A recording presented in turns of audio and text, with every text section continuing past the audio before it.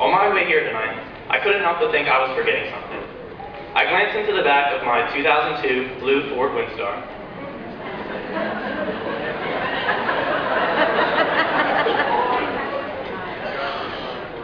Gown, check.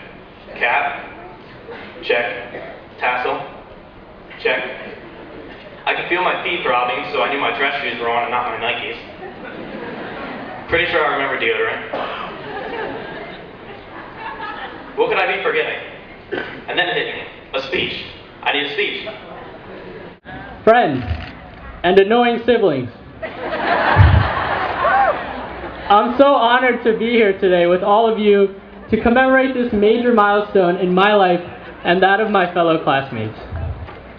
I'm going to begin this speech by asking you all to look up from your phones.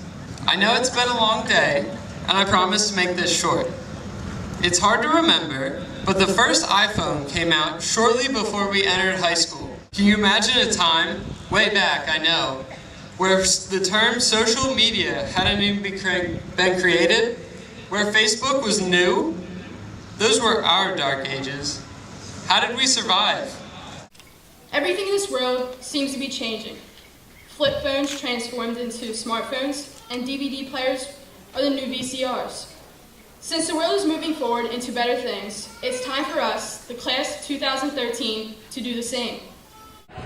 So the point is that each and every one of you are brilliant. You are all brilliant in your own ways. And since we are all equally as brilliant in our respective talents, I'm not going to try to sit here and tell you how to live your lives by imparting some big-worded, fancy-sounding wisdom that you probably find somewhere online, or try reciting Dr. Seuss's Oh, the Places You'll Go, because I'm fairly confident that all of you are able to read by yourselves. As we move on past high school, we will all fail in more ways than one. Some of us will make more mistakes than others, and some will make a lot more than others. But it is important that we take these mistakes and learn from them. Take the embarrassment, disappointment, and failure and leave them behind. Use the lessons from those flushed mistakes to grow and prepare for our other challenges ahead. Because if we can do this, we'll make them learning experiences. Making new friends was never difficult for us, and sure enough, we became family. Personally, I think this sense of family we have is what caused me to get in trouble so often for talking with friends in class, and I know I'm not the only one. The way we approached each school day was like an adventure. Every question was a challenge, and each day was an opportunity to investigate new things. Each face is as unique as each graduate's path to graduation.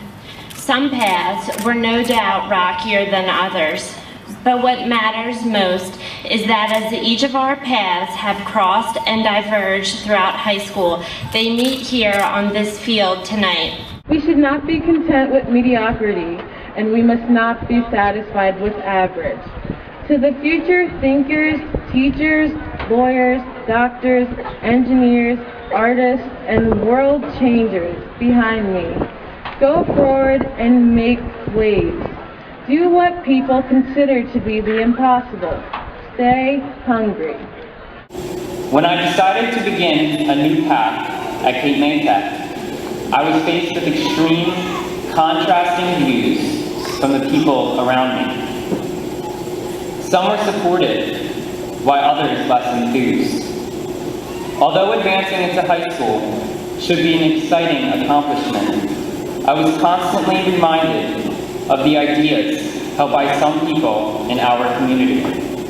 As you take these next steps into the future, don't be afraid to create your own path and leave footprints for others to follow. Many of us will head off to college while others will head off into the workforce. Wherever you plan to go, make sure you take a positive attitude with you. Your positive attitude and hard work has enabled you guys to sit in these seats today. Now it is time to ensure you do the same well into your future. Do not be discouraged by the opinion of others. Never stray from the path you have planned. Once you have your mindset, stick with it. Any one of you is capable of achieving greatness. It just takes the right mindset. So here's my advice, and this is coming from a 17-year-old kid, so take it with a grain of salt. Always remember that your actions have consequences. See the effect unfolding before executing the cause, and you'll find yourself ahead of the crowd time and time again. Our increasingly connected culture wants more than anything for you to live in the present, to see everything instantly and to react just as quickly.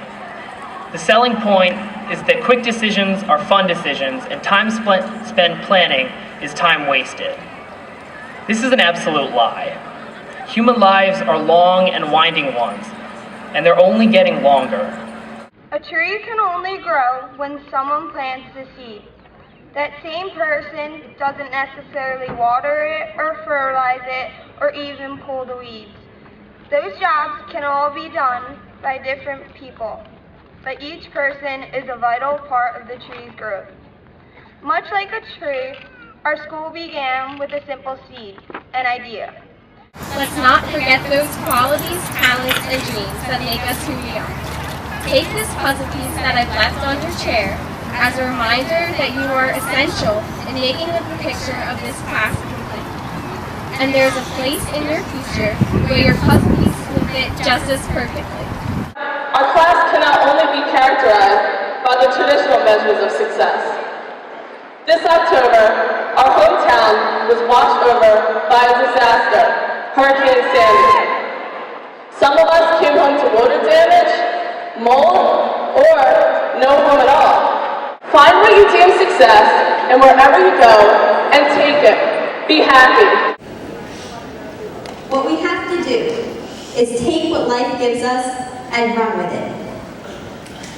When life gives us 100 reasons to cry, we must show life that we have 1,000 reasons to smile. And with that, class of 2013, farewell and good luck.